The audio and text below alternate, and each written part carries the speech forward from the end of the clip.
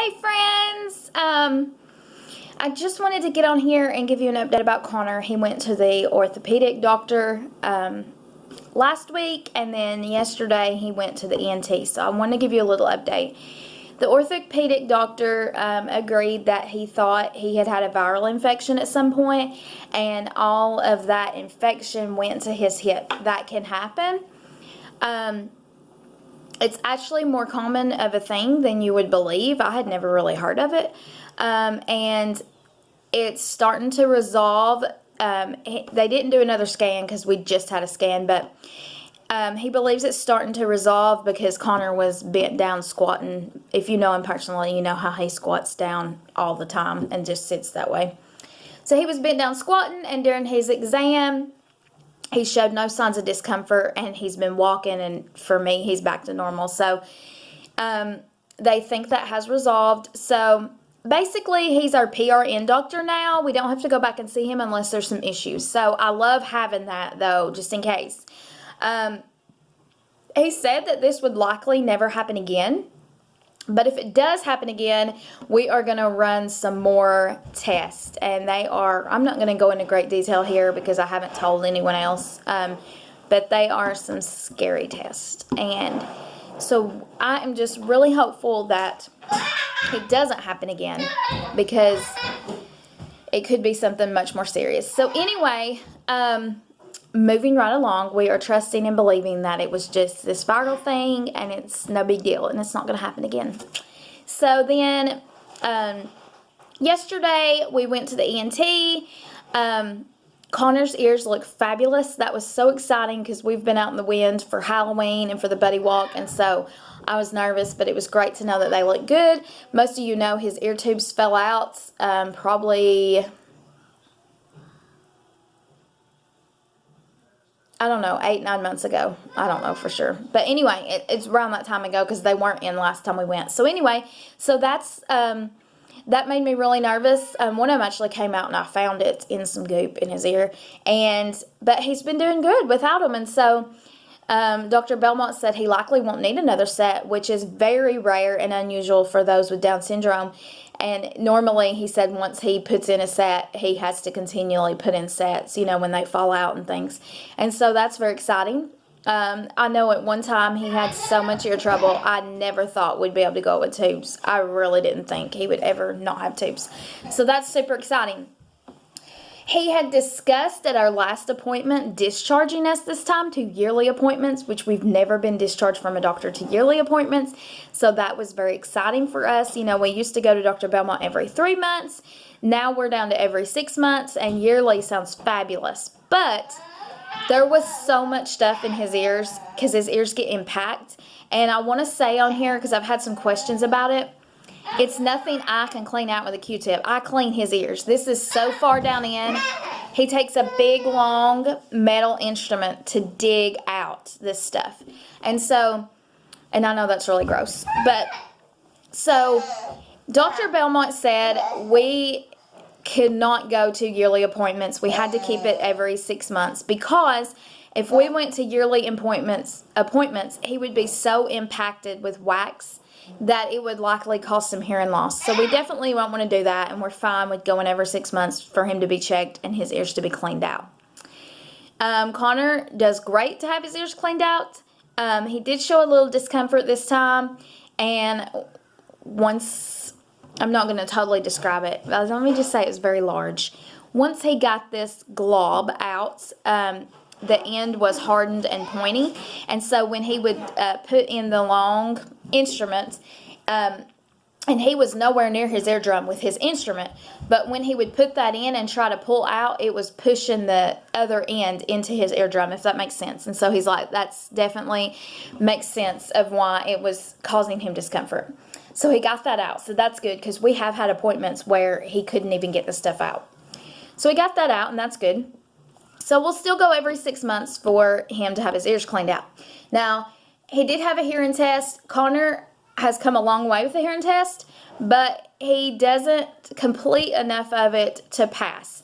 And what happens is he'll do good for a while, and then he'll get annoyed with it, and he just tells them he's all done, and he'll just sit there. He won't turn or alert to any sounds, even though you know he hears them.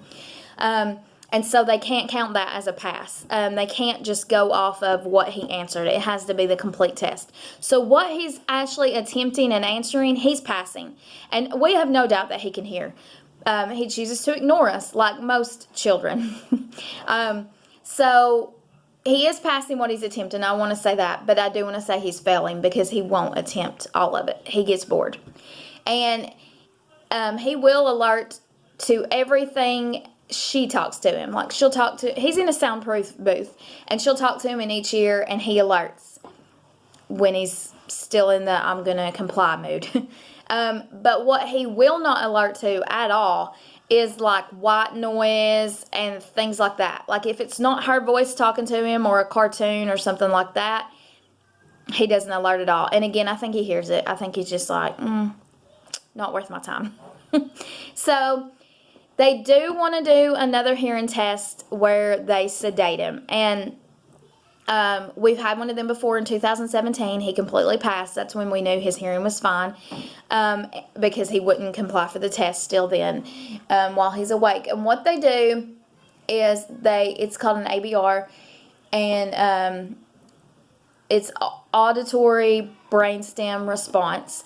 And they put him under anesthesia, and they have stuff hooked to their brain, and they play noises in each ear, and they can tell by their brainwave if they heard it, and they can turn it down and up, and they can tell how low they can go and if they can hear it. And he passed. That was in 2017.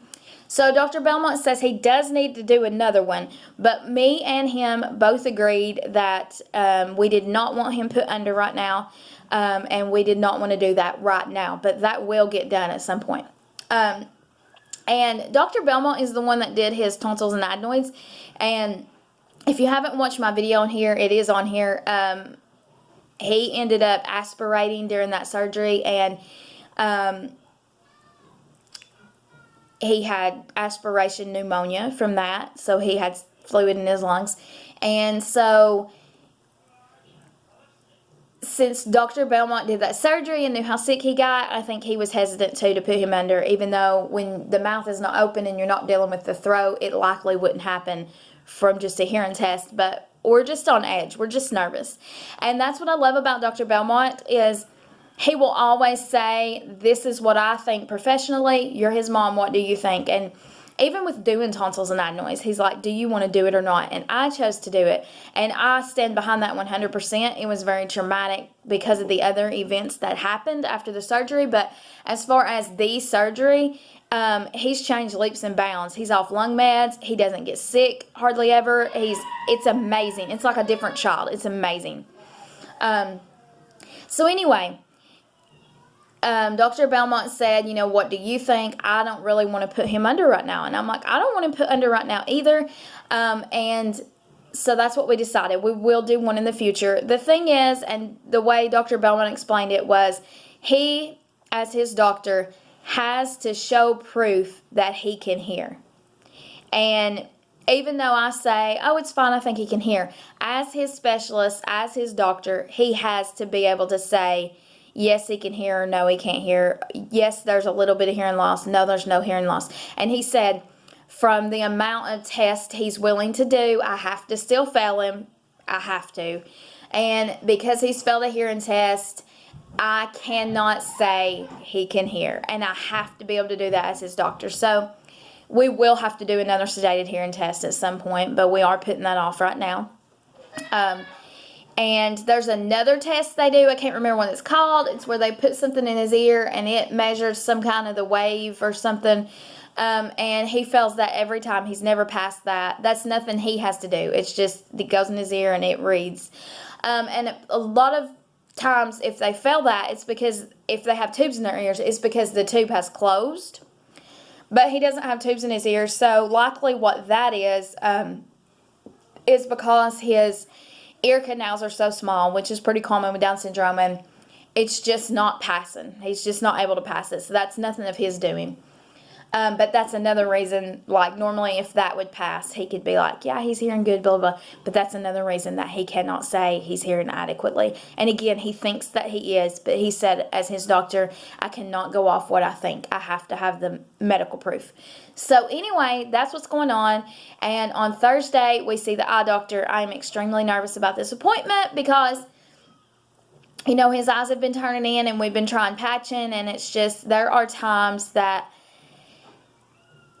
he freaks me out when he does it. I wish I could catch him on video, but it just happens at the most random times. But there are times that his eyes will completely cross in. I mean, they're completely crossed in. And they'll stay like that for a while. Like, he'll be trying to look at you and they're completely crossed in. So I don't know what's going to happen. I'm really nervous.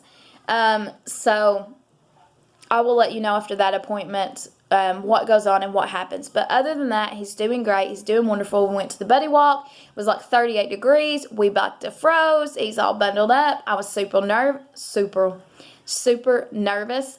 But so far, so good. So hopefully he didn't get sick or anything from that. This is the first winter that he's not been on lung meds. He went off his lung meds in June, I believe. So he went all summer without him. But again, he wasn't around other kids in summer.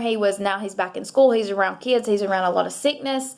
And it'll be his first winter not on lung meds. So far, so good. But we've not even really hit the hard winter yet. And so I am fearful and I am very nervous. And so I just want him in a little bubble. We're trying to stay away from everybody who's sick.